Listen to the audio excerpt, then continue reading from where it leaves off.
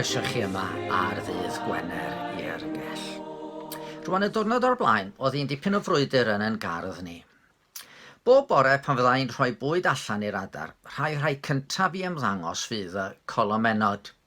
As dim ots pa o'r dydd ydy mewn gwirionedd, os dwi'n mynd trwy'r drws a dim un aderyn yn y golwg, erbyn i mi roi'r hadau allan, mae rhyw hanner dwsin ohonyn nhw wedi ymddangos o rywle. Maen nhw fel sy'n hwyro bod na wledd yn dod ar eu cyfer nhw. Rwan mi fyddai'n rhoi peth hadau ar y bwrdd adar, ond mi fyddai hefyd yn chwalu rhywfaint ar lawr ar y lawnt. Ond dim ots faint sydd ar lawr, y frwydr ydy cael ar y bwrdd ei hunan. A diwrnod o'r blaen, oedd na 2 colomen wrth i'n gwneud i gorau glas i feddiannu i lle ar y bwrdd. Wel, sôn am wrestling match, oedden nhw'n wrthi yn gwthio i gilydd, yn pigo at ei gilydd, yn mynd ati geisio pigo at lygaid i gilydd hyd yn oed. A dyma yna ddwy yn mynd mwy neu lai'n siawnd yn ei gilydd wrth i bigo'r ddwy gloi am ei gilydd mewn gafel ffyrnig. A dyma'r ddwy bron yn mynd bendra mwyn o'i gloddi ar y bwrdd. Oedd hi cystal â gwylio Big Daddy a Giant Haystacks bob tamed i'r rhai ono sy'n cofio y ddau yna. Wrth gwrs, tydi bob brwydr ddim mor braf i'w gwylio, a mae digon ohonyn nhw i gweld yn byd. Dyna chi honno rhwng Nicholas Sturgeon ac Alex Salmond yn yr Alban, neu'r ffrae sy'n digwydd rhwng Harry a Meghan a'r teulu brenhinol. Tydi ddim yn beth braf clywed y ffraeo cyhoeddus yn digwydd, gyda'r cyhyddo ac yna'r gwrth gyhyddo, a neb yn siŵr iawn o beth ydy'r gwir. Mae yna rhywbeth arbennig o drist am weld rhai fi unwaith yn gyfeillio'n agos, bellach yn mynd ben a'i gilydd, a hynny ger bron y byd. Ond tydw i ddim yma i gondemnio neb nac i gymryd ochr yn y brwydro hynny. Yr hyn hoffen i wneud ydy yn atgoffa ni bod na rai brwydrau gwerth i hymladd. Cymerwch chi y frwydr o blaid y tlawd, neu'r difreintiedig a'r gorthrymedig, y frwydr yn erbyn drygioni. Ac wrth gwrs, mae'r ffordd y byddwn ni yn brwydro, mae hwnnw yn holl bwysig yn dydy. Ond mae yna un frwydr mae pob un ohono ni'n gorfod i wynebu, sef y frwydr dros yn heneidiau yn hunain. Pa werth i ddyn ennill yr holl fyd a cholli ei enaid ei hun o fynodd Iesu. Mae rhai yn deud fod concern dros yn hennaid yn hunain yn swnio beth hunanol iawn, yn gosod yn hunain yn y canol, ond mae yna ffordd arall o'i gweld hi. Dyma'r frwydr i fod yr hyn mae Duw isio i ni fod. Oherwydd dyna sy'n rhoi gogoniant mwyaf i Dduw, a dyma sy'n fwyaf o les i bawb arall. Os gallwn ni fod yr hyn y bwriadwyd i ni fod yng nghanllun mawr Duw, yna byddwn ni'n fendith i bawb o'n cwmpas. Mewn brwydr, wrth gwrs, mae yna rai pethau pwysig da ni hangen.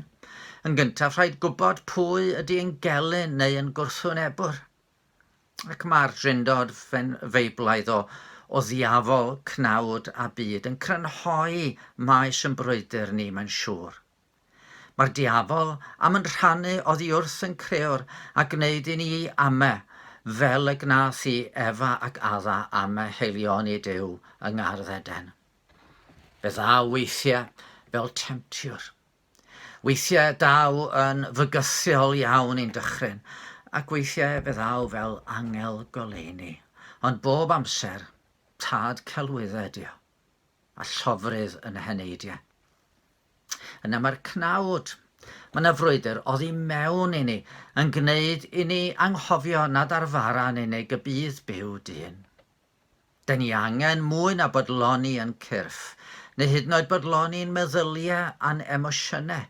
Mae yna fywyd ysbrydol, sydd ddim ond yn gallu cael ei lenwi a Duw ei hun. Ac yna mae'r byd, sy'n mor aml yn edrych mor ddeniadol, bod yn bethau'r byd, neu'n sylw, parch a phoblogrwydd y byd. Nid bod y byd yn ddrwg na'n cyrff ni yn ddrwg chwaith, ond pan ddo nhw rhyngddo ni a Duw, yna maen nhw'n peryglu yn bywyd ni. Ond os gynddon ni elynion, mae gynddon ni un o'n plaid, un sy'n gryfach na nhw i gyd, sef Duw ei hun. Ac fe ddangosodd hyn trwy anfon ei fab i wynebu'n brwydr fawr drosto ni. Mae wedi diarfogi'r diafol trwy dal y pris yn pecho drosto ni ar y groes, felly pan ddaw hwnnw'n cyhuddo, does ganddo ddim ateb yn wyneb aberth anfeidrol ein gwaredwr.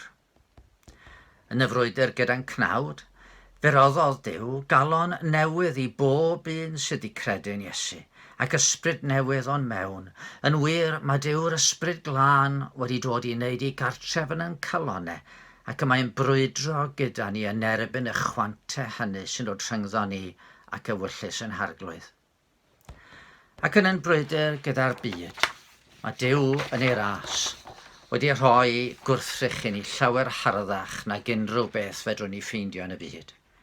Yr arglwydd Iesu Grist ei hun, sy'n harddach na 1000 o fydoedd ac yn llenwi calon nes bod yn cwpan ni'n llawn hyd at o'r olifo.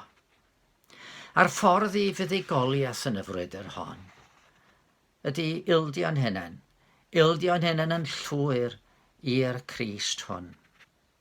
Ac yna, byddwn ni'n barod i wynebu'r y frwydr, nid fel y clomenod yn gwthio ag ymladd yn yr ardd, na chwaith ag arfau cnawdol y byd, ond gydag arfau nerthol Duw, gweddi, y Gair, ffrwyth yr ysbryd sy'n golygu bod ni'n gorchfygu drygioni trwy wneud daioni, yn gorchfygu'r tywyllwch trwy adlewyrchu'r Duw sydd yn oleuni pur ac nad oes ynddo ddim tywyllwch. Ynden, da ni mewn brwydr, ond trwy Iesu Grist, da ni'n gallu bod yn fwy na choncwerwyr. Gadwch i ni weddio. O arglwydd yn Duw, da ni yn gwybod yn bod ni yn y byd yma mewn brwydr yn gyson. A hyd yn oed os da ni'n meddwl bod ni'n gallu osgoi trafferthion weithiau, da ni'n ffeindio bod nhw'n dod ar yn hôl ni. Ysgwalid i fod yn dda, neud i'n helpu ni i ildio'n llwyr i ti, fel yn bod ni'n gallu deud ym mhob sefyllfa gwneler dy ewyllus, a dy fotithau trwy dy ras a thrwy'r ysbryd glân, yn peri bod ni'n cael cyflawn i dy ewyllus, a dod yn fwy na choncwerwyr trwy hwnna'n carodd ni. Amen. Wel, cofiwch am yn gwasanaeth o Capel y Ffynnon, bore dydd Sul, mae croeso chi ymuno efo ni. Ac os fydd Dyw'n caniatáu, rwy'n ôl wsos nesaf efo mwy o fyfyrdodau.